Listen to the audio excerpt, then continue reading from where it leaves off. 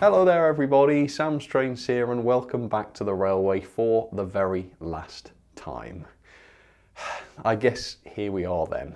After more than 13 years of Sam's Trains, almost 2,000 videos and 90 million views on YouTube, this is going to be the very last video filmed in this room.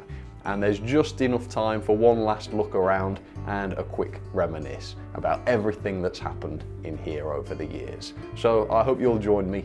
Let's get started.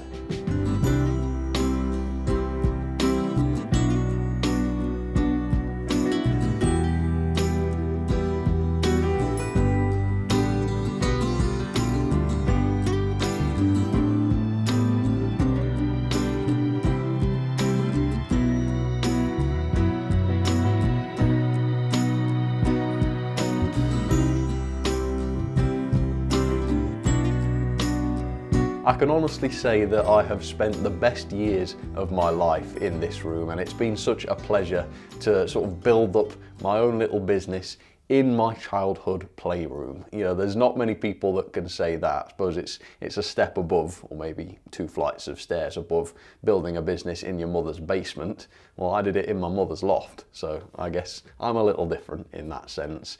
But yeah, there has been a lot of stuff happening in this room over the years. A lot of memories, a lot of good times, a lot of bad times. And you know, I've been making Sam's Trains videos in here for 13 years, but I actually first joined YouTube and made my first YouTube video back in 2008. So that's 18 years. And my first YouTube videos, well, they weren't anything to do with trains. They were filmed in this room as well. So much history, so much happened, so many memories. We're going to take one last walk round and we'll talk about everything that's happened in here over the years. Some of it I'm sure you'll remember, some of it you might have no idea happened, but there's a lot, and it's only really setting in now how difficult it's going to be to leave this place. Because, you know, I do a lot of complaining about it. I say it's too small, people don't like my layout on the floor, whatever. Regardless of all that, it's served me really well over all these years, and it is pretty unpleasant to say goodbye, and to tear it all down over the past few weeks has been horrible. It really has. But the memories remain, and that's what we're going to talk about today. So I guess we'll start with this, the great carpet. So much has happened on here. I don't know how many locomotives and wagons and coaches I've unboxed right on this very spot in front of this cabinet. But there's hundreds and hundreds. I can't quite believe I'll never be doing that again. This is also where I conducted some of those crazy experiments all those years ago. It's where I tested out my fastest model trains of all time, you know, terrifying fan-driven contraptions. They were a lot of fun.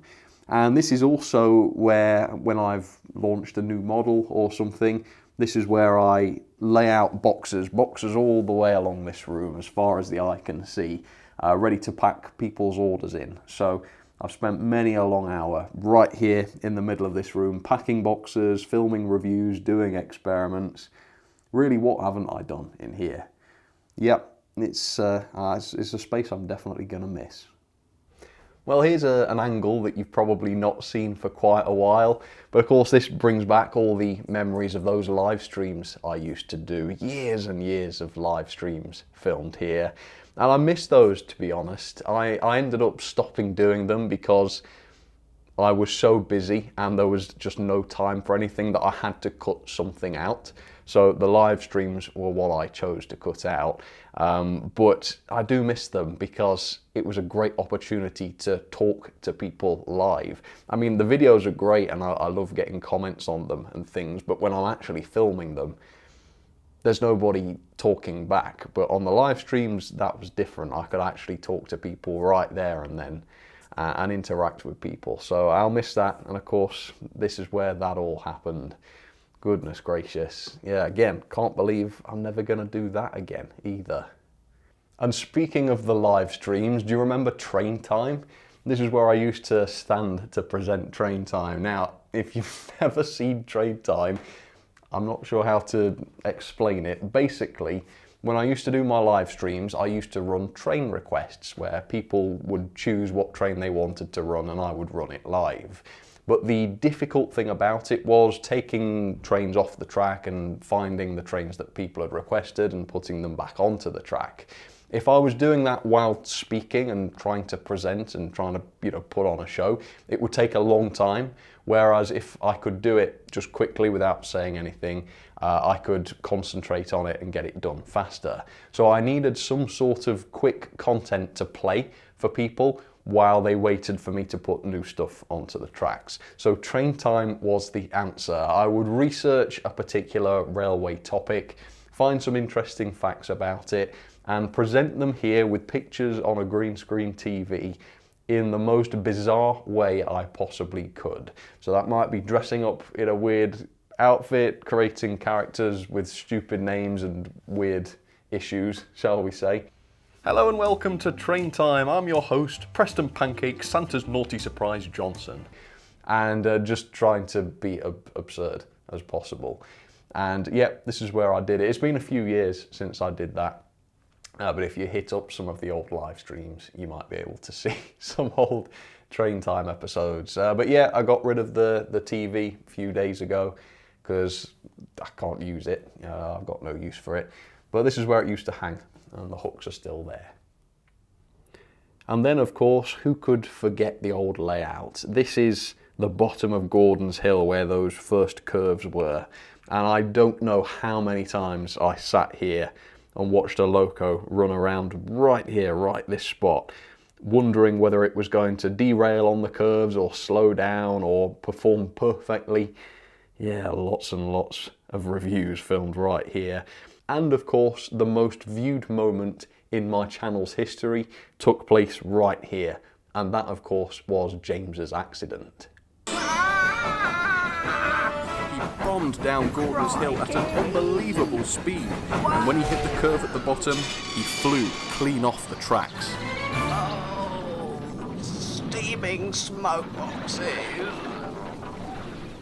And then of course we have Gordon's Hill, and I've put the little footbridge just there to show roughly where that used to be. A lot of people ask how Gordon's Hill came about. How did I create the incline, the slope? Well, the answer is I didn't. I just laid the track and found that wagons rolled down it. So it must just be a slope in the house. I don't know, when they built it, maybe they didn't get things quite level. I've no idea. But Gordon's Hill was not created by me. It just kind of naturally happened. And there we go, the old footbridge, which I am going to take with me, hopefully. And then, looking very different, we have the old coach corner. This is home to all of my passenger coaches, loads of them. Looks pretty unrecognisable now, it's just been reduced to rubbish. But yeah, almost every day I would come over to this corner and pick out some coaches. But the good news is the bookshelves that used to hold the coaches are coming with me, so I'll be able to build a new coach corner, hopefully one day. And then of course right here I used to have the church scene with all the sidings in front of it, and obviously that featured in all of the reviews, but really that reminds me of the running sessions that I used to do. So I don't do them as much anymore, but back in the day I used to think of a theme, whether it was LNER locos or pre-grouping locos or red steam locomotives, whatever, and I would put them all out in the sidings all the way along here and make a video about them. You can probably still find a lot of those on my channel. I don't know how many I made, but yep, they all happened right here. And then here was where the turntable sat. Obviously, again, running sessions. I did loads of running sessions with that turntable, but the turntable was also how I got my start with Hattons, because I really wanted a turntable. I bought one from Hattons and the damn thing was faulty. It just would not work, and I think it might have even self-destructed when I tried to run the motor on it. And Hattons tried to refuse my return. They said, no, we can't take it back because you've wired it in or you've modified the wires in some way, whatever. And I just thought, you know what, that's nonsense. Of course I've wired it in, that's what you do. And I made a video and I took them to task for it, and I said, it's not good enough, you're going to replace it, and they did. And thanks to the support of all my viewers, Pressure was put on Hattons and they did better. And that was how I first got introduced to Hattons, and we ended up doing all sorts of projects together. And I never had another customer service issue ever again after that, not with Hattons or anybody, really. So yeah, the turntable, lots and lots of memories. Then of course we got the front of the room with the famous fireplace in the background. Obviously there's nothing here now, but this is where I reviewed so many locomotives' performance. Analysing whether they could crawl, seeing how much torque they had, seeing how smooth they were. Yeah, all completely gone. Just a few faint stripes in the carpet where the track used to be. Otherwise, you'd never know anything was here. And there you go. There's one last look at where all those reviews took place. And then of course there's all the times that I spent up here when the cameras were not rolling. So right here is where I would sit to make all of those wagons that I made to sell over the years. So I would set up the airbrushing booth, the paint booth, and I would paint goodness knows how many models over the years right here. And once they were dry, I would pack that away, and this is where I would sit to assemble them. And I want to say a massive thank you to everybody that's bought and enjoyed the models. I mean, that's just an amazing thing.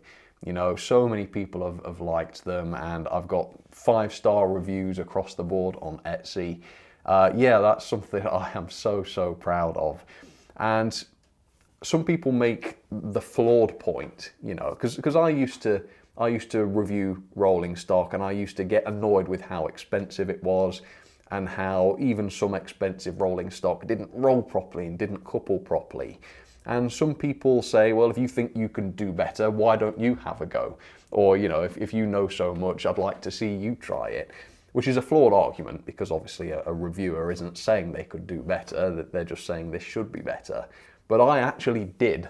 I actually did make wagons that were better, not better than every wagon in 00, but certainly functional and certainly cheaper than most new tool stuff.